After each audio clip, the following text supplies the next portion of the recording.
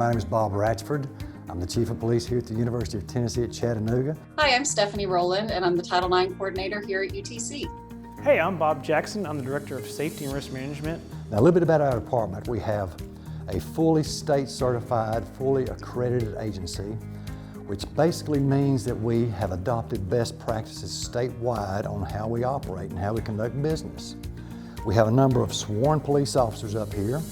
We have a number of security officers as well. Now, you'll be able to recognize these individuals. The police officers will be dressed as I am in the blue uniforms. The security officers will have a slightly different color shirt, and you'll be able to recognize them just by the same similar duties that they're going to be performing, but the police officers have the powers of arrest as well. We've had some active shooter training that we have actually practiced our procedures and performed actual scenario-based incidents with our local agencies having jurisdiction in Chattanooga and Hamilton County, as well as worked with the federal agencies as well. We've had some Stop the Bleed training, which includes Narcan training as well for any type of drug overdose. We also have annual force training conducted on an annual basis, which consists of tasers, batons, and pepper spray. We do conduct this type of training and conduct crisis de-escalation training as well. And like I said before, we do practice these scenarios with our local agencies. Title IX is a federal law that prohibits discrimination based on sex in education programs and activities that accept federal funds. Discrimination based on sex includes sexual assault, sexual harassment, dating and domestic violence, and stalking. So consent is probably the most important thing that students need to know before coming to campus. And I do like to preface this by talking about no means no, which is a standard that probably most of you all know, which basically means that if a party doesn't say no or try to stop what's happening, then consent is kind of assumed. That is not the standard anymore. So that is not the standard at UTC. Consent must be obtained, and the responsibility for obtaining consent is with both parties. It must be affirmative, so it must be a yes or an affirmative act indicating consent. It must be voluntary, so no coercion. Incapacitated people can't consent. And incapacitation can be someone who's asleep or someone who has passed out due to alcohol or drug use. Those people are incapacitated and cannot consent, full stop, ever. However, someone can be awake and sort of functional, but also incapacitated. And some things to look for would be someone who is slurring their words, someone who is stumbling, or someone who is vomiting. Those individuals cannot give consent. Last, it must be continual. So it must exist from the beginning to the end, and consent can be withdrawn at any time. So students can report to the university, to the police, to both, or to neither. So if a student reports information to UTCPD, they are what's called mandatory reporters, which means that they will also provide that information to my office, and I will reach out to the student. If a student reports to Chattanooga PD, for example, that's not the same. So the student would have to report it to both the university and the police if they want the university to take action. All faculty and most staff on our campus are also mandatory reporters.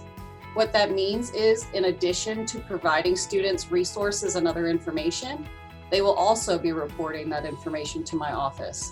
Students can also come directly to me to report, and they often do. Students can call me or email me. My information is on the website. And also students can go to the Office of the Dean of Students or to the Office of Student Conduct to make a report. Now, we do also report Clary statistics, which are basically crime statistics. We're required by law, by federal law, to report these on an annual basis. This can be found on our website as well. Heaven forbid, should you become the victim of a crime, you can contact us by a wide variety of means and just let us know, and we'll send an officer to your location to take the information that you want to give us. Now, we do investigate these crimes fully as well. One of the things that we have available here to us at the university, that the university has provided for the faculty, staff, and students in the campus community itself, are a number of cameras scattered throughout the campus at various high traffic locations, including exteriors of residence halls to where we can see who's coming and going. We don't have the personnel to monitor these because we have over 900 cameras on campus. But we do utilize all these cameras quite regularly as a tool to help us resolve issues and resolve crimes. We have a program called SafeMocs, which is our way of bringing training and education out to campus. We encourage everybody to be a SafeMoc on campus, and we can help you get there to empower you with the knowledge to make good decisions on campus, whether it's fire safety in your apartment on campus or your apartment off campus. If it is knowing more about weather, being a weather watcher, and knowing how to take appropriate steps for tornado safety. When a call goes out for bad weather around our area, we make sure we inform the campus by way of the UTC alert system, which is sending a message to text message to cell phones. We can send messages to the campus computers, to the desktop, messages to what they're called alert beacons, which are little yellow boxes over most of all the exit doors on campus, which in essence acts like a text message for the building itself. The best way to get informed of emergency situations and safety issues on campus is by signing up for UTC Alert. If you will go to the home page, go down to Emergency Preparedness at the bottom of the page and click on that, then it'll take you straight away where you can get in, sign up for UTC Alert. If you have trouble with that, you can always send us an email, which is safety@utc.edu. So within the SafeMocs education program, we have flyers, handouts, as well as little wallet cards, which say on the top, know what to do. And they address a multitude of different situations. They can address chemical safety situations, they can address fire or active violence, active shooter situations. And really, they're just a few helpful tips on what you might think about. It's not a to-do checklist, it's just keep getting your mind thinking about what I would do if a situation were to occur. And we really encourage folks to get in touch with us, whether it's email or phone. Let us know what's on your mind. If you see something on campus that you feel needs to be addressed, absolutely let us know. Whether it's a campus solution or a City of Chattanooga solution, we work with all our partners to get that done as fast as we can. So once a student makes a report, I will then send them an email that has confidential resources and non-confidential resources and explains what those are, and also explains how to make a formal report to the university, which involves working with me or working with the Office of Student Conduct.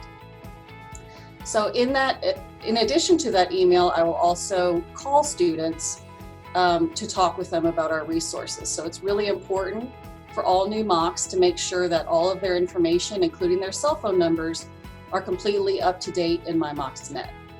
You come to a location and you leave your lights on, you have a dead battery when you get back at your car.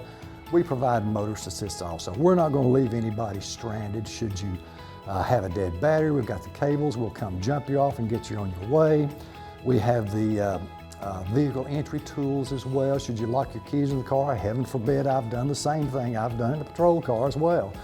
But should you lock your keys in your car or need a motorist assist, please let us know and we'll come down there to help you. We're not going to leave you stranded. Should you lose something, should you misplace something, should you go back to a classroom and think, well, my book bag was right here and it's gone now, I don't know what happened to it, please contact and let us know. There are a few places around campus that do collect this property and will give it back to us within a day or two. And just because if you call us immediately, we may not have it, please touch base back with us at a later date and we'll see if we've got it in storage. Every year we partner with Enrollment Services and Student Affairs and Student Government Association, and Dean of the Students Office particularly, to do what's called SafeWalk. And we bring out the best professionals within all of your emergency services, which is safety and risk management plus police.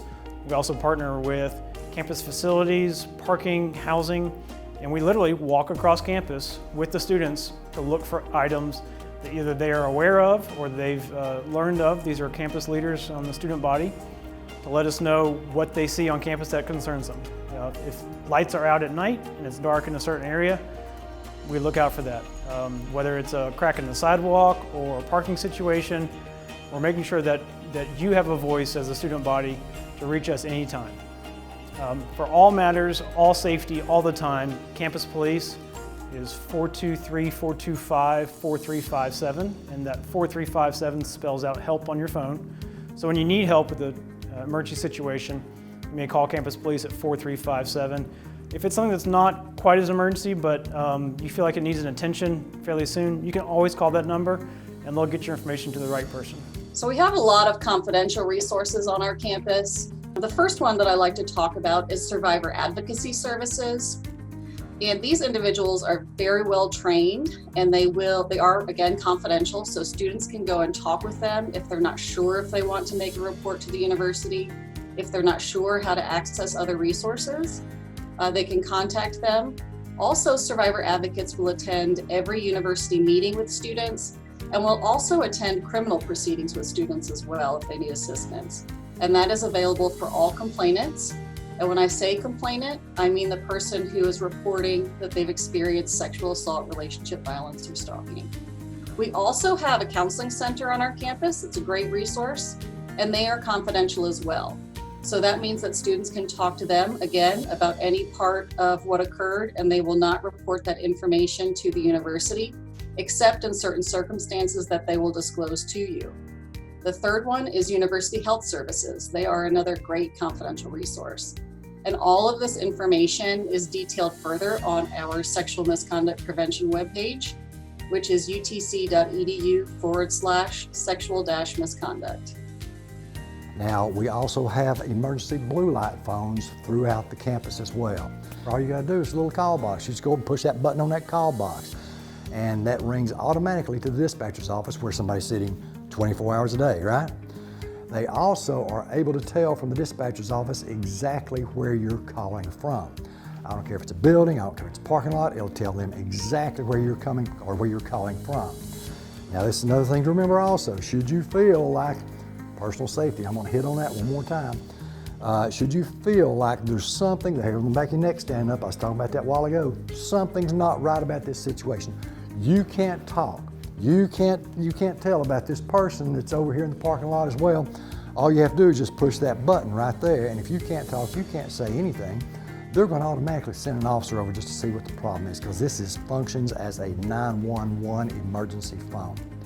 And don't feel like it's got to be the skies falling or the earth's opening up or anything like that before you utilize that button.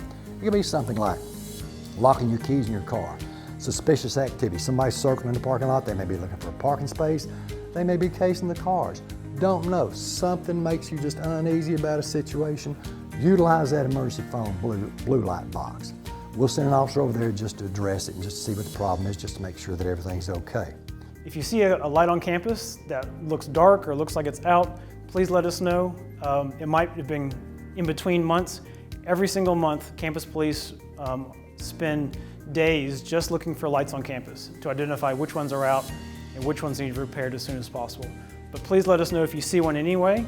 It might be the light went out yesterday and we checked it 2 days ago, so we want to make sure we get on top of that. Some of the things I want you to do to take care of your own self as far as your personal being, your property and everything, you need to have some personal contact information. You need to keep it up to date.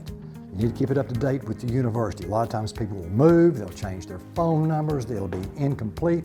Please keep that complete and up to date. That way we can notify you, or the university can notify you should there be a need to, or should there be an incident, an emergency incident occur, where we have to get in touch with you to pass along some information to you.